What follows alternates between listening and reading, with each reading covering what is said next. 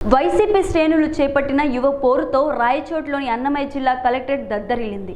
YCP అధిష్టానం పిలుపు మేరకు జిల్లా వ్యాప్తంగా ఉన్న వైసీపీ శ్రేణులు భారీగా జిల్లా కేంద్రమైన రాయచోటికి తరలివచ్చి కలెక్టరేట్ ముఖద్వారం నుండి కలెక్టర్ చాంబార్ వరకు ప్లకార్డులు ప్రదర్శిస్తూ ప్రభుత్వానికి వ్యతిరేకంగా పెద్ద ఎత్తున నినాదాలు చేస్తూ భారీ ర్యాలీ నిర్వహించారు. అనంతరం అన్నమయ్య జిల్లా డిఆర్ఓ మధుసూదన్ రావుకు వైసీపీ జిల్లా అధ్యక్షుడు రాజంపేట ఎమ్మెల్యే ఆకేపాటి అమర్నాథ్ రెడ్డి, తంబళ్లపల్లె ఎమ్మెల్యే పెద్దిరెడ్డి ద్వారకానాథ్ రెడ్డి, మాజీ ఎమ్మెల్యేలు గడికోట శ్రీకాంత్ రెడ్డి, చింతల రామచంద్రారెడ్డి, కొరుముట్ల శ్రీనివాసులు కలిసి వినతి పత్రం అందజేశారు. ఈ నెల 4న వీరభద్రస్వామి ఊరేగింపు సందర్భంగా ఇరు వర్గాల మధ్య తలెత్తిన గొడవ కారణంగా రాయచోటిలో ఈ నెల 9 నుంచి 30 వరకు పోలీసులు 144 సెక్షన్ విధించారు. దీంతో రాయచోటిలో 144 సెక్షన్స్ కొనసాగుతుంది. అయినా కూడా వైసీపీ శ్రేణులు పోలీసుల 144 సెక్షన్ను అతిక్రమించి పెద్ద ఎత్తున ఆందోళనకు దిగారు. అనంతరం వైసీపీ రాష్ట్ర ప్రధాన కార్యదర్శి మాజీ ఎమ్మెల్యే గడికోట శ్రీకాంత్ రెడ్డి, తంబళ్లపల్లె ఎమ్మెల్యే పెద్దిరెడ్డి ద్వారకానాథ్ రెడ్డిలు మీడియాతో మాట్లాడుతూ కూటమి ప్రభుత్వంపై విమర్శలు గుప్పించారు. సూపర్ 6 పథకాల పేరుతో ఇప్పటి వరకు రైతులను, మహిళలను మోసం చేశారని ఆరోపించారు. విద్యార్థులు యువత భవిష్యత్తును దృష్టిలో ఉంచుకొని వారికి ఇచ్చిన హామీలను నెరవేర్చాలని డిమాండ్ చేశారు. విద్యార్థులకు, యువతకు ఇచ్చిన హామీలు భాగంగా నిరుద్యోగులకు ఇస్తానన్న 3,000 రూపాయల నిరుద్యోగ భృతి ఇవ్వడంతో పాటు 20 లక్షల ఉద్యోగాలు డిఎస్సి ద్వారా చేపట్టి వారిని ఆదుకోవాలని వారు ప్రభుత్వాన్ని కోరారు. విద్యార్థులకు, యువతకు వైసీపీ అండగా ఉంటుందని వారు భరోసా ఇచ్చారు. ఈ ప్రభుత్వానికి ఒకటే విజ్ఞప్తి చేస్తున్నాం, మీరు ఒక 6 గ్యారంటీలు అని చెప్పి ఒక ఇంటింటికి ఒక పేపర్ పంచి పెట్టారు. దాంట్లో మొట్టమొదటిది మీరు ఇచ్చినటువంటి హామీ నిరుద్యోగులకు 3,000 భృతి, 20 లక్షల ఉద్యోగాలు అని చెప్పి ఒక్క డిఎస్సి ఫిలప్ చేయలేకపోతున్నటువంటి మీరు, అది కూడా గత ప్రభుత్వంలో ఇచ్చినటువంటి డిఎస్సి కూడా మీరు ఫిలప్ చేయలేటువంటి మీరు ఏ రకంగా 20 లక్షల ఉద్యోగాలు ఇస్తారు అని చెప్పి మేము ప్రశ్నిస్తున్నాం. ఇదే జగన్మోహన్ రెడ్డి గారు 1,30,000 3 నెలల్లోనే ఉద్యోగాలు ఇచ్చాడు. మరి ఇది వాస్తవం కాదా? మీరు రికార్డ్స్ చూడండి. మీరు నిరుద్యోగులకు అన్యాయం చేస్తున్నారు. లక్షలాది మంది ఉన్నటువంటి నిరుద్యోగులు వాళ్ళకు 3,000 ఇస్తారన్నో 10 నెలలు గడిచింది. 13లో 30,000 ప్రతి విద్యార్థికి, నిరుద్యోగికి భాగ్యపడ్డాం. ఎప్పుడు ఇస్తావో సమాధానం చెప్పి సూటిగా అడుగుతున్నాం. గతంలో బడ్జెట్ తర్వాత జగన్మోహన్ రెడ్డి గారు 2 గంటలు సుదీర్ఘంగా వివరణ ఇచ్చారు.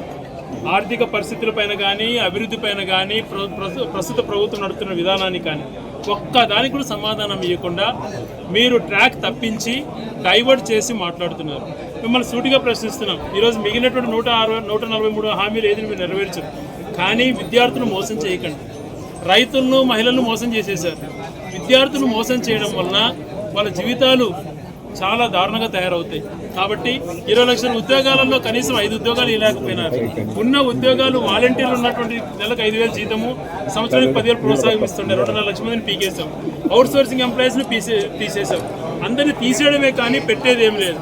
మరి ఇదే విధంగా ఇక్కడ చూసుకుంటే ఈరోజు 1,30,000 ప్రభుత్వ ఉద్యోగాలు ఇచ్చాడు. 2.5 లక్షల మంది వాలంటీర్లు ఉన్నారు. ఈ 9 నెలల్లో గత ప్రభుత్వం ఎన్నో జరిగాయి. ఇప్పుడు 30,000 విద్యార్థులకు చెల్లించి నువ్వు 20 లక్షల ఉద్యోగాలు త్వరగా చూపించాలని, అలాగే కాలేజీలకు ఇవ్వాల్సినటువంటి బకాయిలు దాదాపుగా 4 నుంచి 5,000 కోట్లు బకాయిలు పడ్డావు, అవి వెంటనే చెల్లించాలని చెప్పి ప్రభుత్వం విన్న మేరకు ఈరోజు కలెక్టర్ గారికి ఆయన లేని పక్షంలో తరఫున డిఆర్ఓ గారికి రిప్రజెంటేషన్ ఇవ్వడం జరిగింది. ఇవి తప్పనిసరిగా ఈ ప్రభుత్వం నెరవేర్చాలని చెప్పి కోరుతున్నాం. కేసులు పెట్టినా పర్లేదు, ఏం చేసినా పర్లేదు, అయినా కానీ ఇంతమంది వచ్చినారంటే లెక్క జమ లేకుండా ఎవరు పార్టీ వాళ్ళు వచ్చినారంటే మేమేమన్నా డబ్బులు పెట్టు, ఇంకోటి పెట్టు తరలించుకొని వచ్చిన వాళ్ళు కాదు. అందరూ కూడా బాధతో వచ్చిన వాళ్ళు. ఇది కూడా గమనించాలా. మేమే కాదు, రాష్ట్ర ప్రజలందరూ కూడా ఈరోజు ఇది చేస్తున్నారు. ప్రతి ఒక్కరూ నిజంగానే ఇది కన్నా జరగకపోతే చాలా తీవ్ర స్థాయిలో ఇంకా కార్యక్రమాలు చేసేటివి ఉంటాయి. మేమే కాదు, స్టూడెంట్లు కానీ చదువుకునే పిల్లలందరూ కూడా మీకు గుణపాఠం చెప్పే రోజులు వచ్చినాయని కూడా తెలియజేస్తా ఉండా. దయచేసి పిల్లల భవిష్యత్తును కాపాడండి. మేము ఒక తల్లిదండ్రిగా మీకే అడుగుతా ఉన్నాం. గత 5 సంవత్సరాల్లో ఎంతమంది చదువుకున్నారు? వైఎస్ రాజశేఖర గారు ఉన్నప్పుడు చదువుకున్నారు. ఈరోజు ఎంతమంది ఉద్యోగాలు చేస్తున్నారు అది కూడా ఒకసారి చూసి చేస్తారని ప్రజల తరఫున అడగడం జరుగుతూ ఉంది. ఫీజు రీంబర్స్మెంట్ మీరు ఇకపోతే పిల్లలకు 15,000 ఇకపోతే ఇంకా చూచిమించి ధర్నాలు కానీ ప్రతిదీ కూడా చాలా దీనిగా తీసుకుపోయేదానికి ప్రజలందరూ కూడా కాసుకొని ఉన్నాం. తెలుసుకుంటారని అనుభవం ఉందని చెప్తున్నారు. మీరు 75 ఏళ్ళ అనుభవం ఉంది. 75 ఏళ్ళని ఇప్పుడన్నా చేస్తారో ప్రజల కోసం పిల్లల కోసం చేస్తారని ఆశిస్తున్నాం.